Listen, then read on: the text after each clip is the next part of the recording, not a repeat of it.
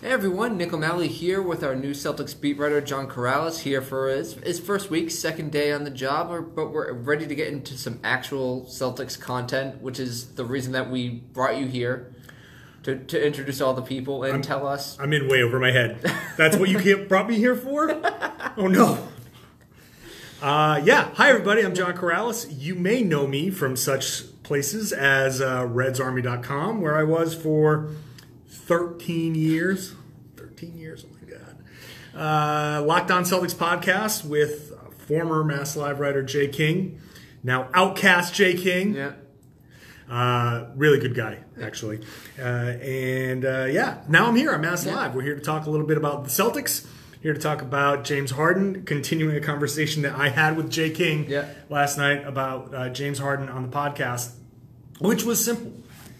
James Harden is great. He is amazing at what he does. He is the reigning MVP for a reason. He deserves to be the reigning MVP, and I do not like watching him play. I just don't like watching him play. I don't like watching him dribble 15 seconds off the shot clock, isolating, and then hitting a step back three. The step back part is nice. The 15 seconds leading up to it, I don't like. The constant driving with the arms out, looking for fouls, I don't like that. There are beautiful aspects to his game, and he is going to play tonight, it seems. I'm just not going to like watching probably about 75% of what he does.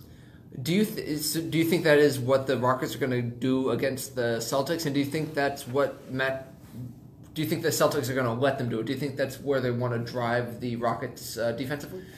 I think, well, the Celtics, when it comes to James Harden, are going to be best served making him one-dimensional. When you've got a guy like that who is fifth in the NBA in assists with 8.5 a game, he's the reason why a guy like Clint Capella is so good. Like, Clint Capella is exactly what we hope Robert Williams is going to be at some point. A guy who sets a good pick and rolls hard to the basket, and because of the threat of him going up and catching a lob, you have to account for him.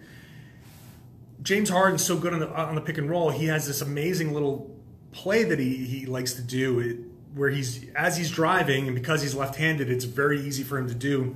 It almost looks like he's laying it up, and then right at the last second, he just lofts this little quick alley-oop to Capella, and really Capella gets most of his points that way.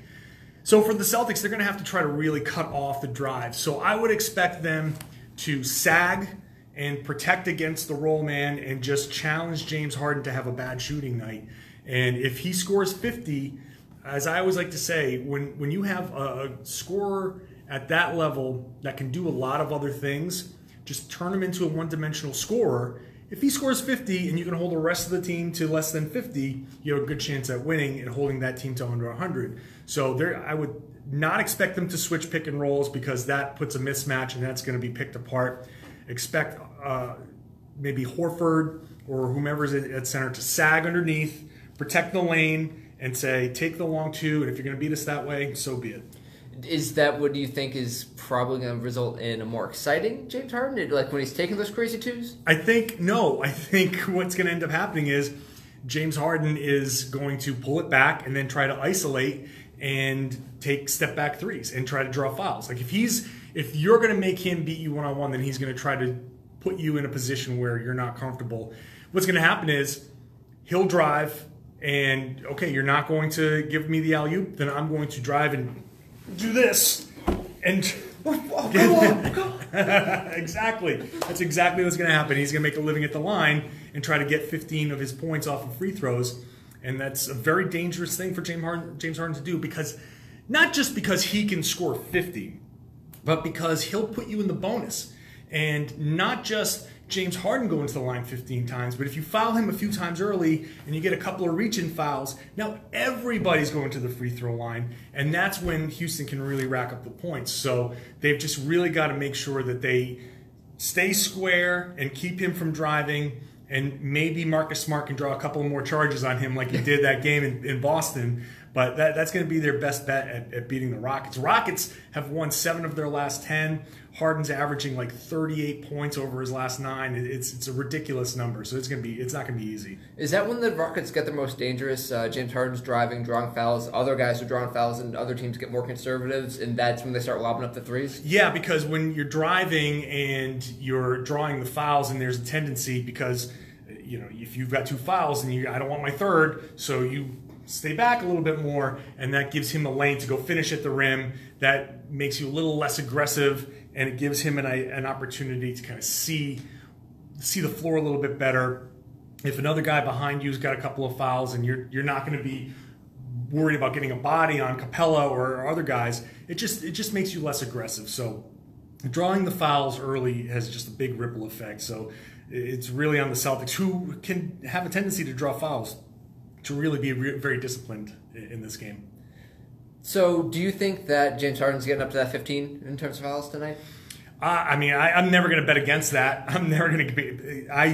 If I have the over/under on fouls, I don't know what Vegas is going to set the line at, but I would bet it's going to be double digits, because that's what James Harden does. When he has a night where he shoots 6 or 7 free throws, I feel like that's an off night for him. So yeah, that's going to be a very big challenge. Now they don't have Chris Paul, so that takes away a weapon, and what could happen is the bench could have a bigger impact on the game when you have to now, with Paul out, then Gordon goes into the starting lineup, and then that presses somebody like Austin Rivers, who's relatively new and who can be picked on. If he's out there, then you can attack him. So the ripple effect of not having Chris Paul could be very interesting for the Celtics. If they can manage to build that wall around Harden and keep him mostly as a jump shooter, then they can maybe pick on that second unit a little bit and attack Rivers whenever he gets in.